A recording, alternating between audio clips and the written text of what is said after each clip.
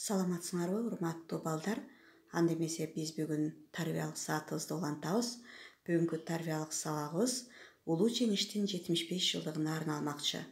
Анда эмесе Насырдын Байтемировдун Тарых айтат деген ырынан үзүндү окуу менен бүгүнкү сабагыбызды баштап алалы.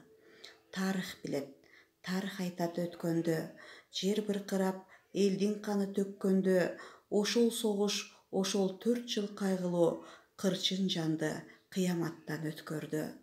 Мына ошолар шейит кеткен билебиз, өлсө дагы үмүт күтүп жүрөбүз. Аттарынын ар бир тамгаларына таазим кылып башыбызды ийебиз. 9 май жеңиш күнү. Улуу жеңишке 75 жыл толгондугу менен баарыңарды куттуктайбыз. Анткени бүгүнкү жеңиш улуу аталардын, улуу агалардын, баатырлардын эмгеги менен келди деп айта алабыз. Бүгүнкү эстелик ыры дал ушул аталарга арналат.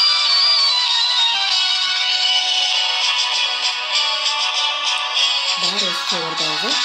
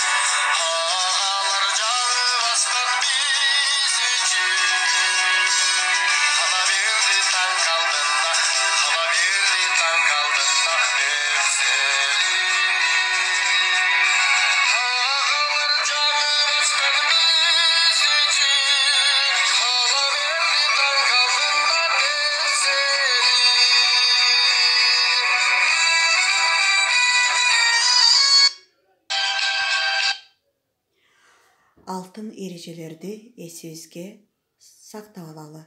Анда көңүл буруп, кун койбоабыз, ынтымакта болуу менен активдүү катышып беребиз.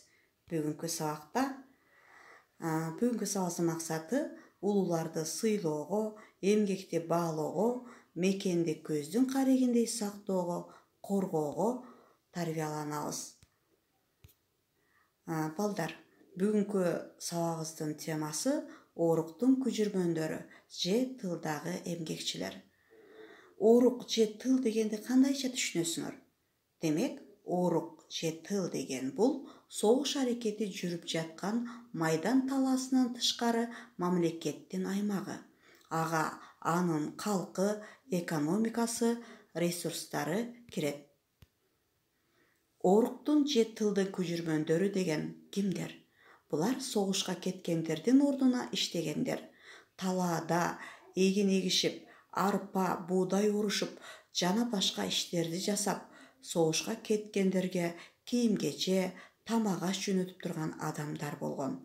Тылдын эмгекчилери согуштун биринчи күндөрүнөн эле жеңиш үчүн аянбастан эмгектенишкен.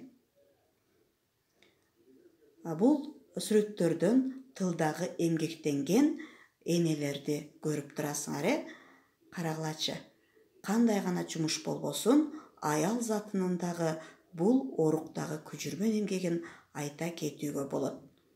Улуу атамекендик согуштун жеңиш менен аякташына тылда жана орукта иштегендердин салымы дагы чоң болду.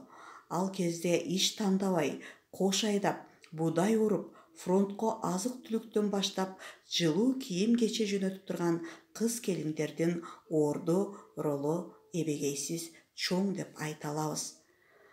Баркан Турганбаева аттуу каарман согуш мезгилинде болгону 10 жашта экен. Ал Ош облусунан болот.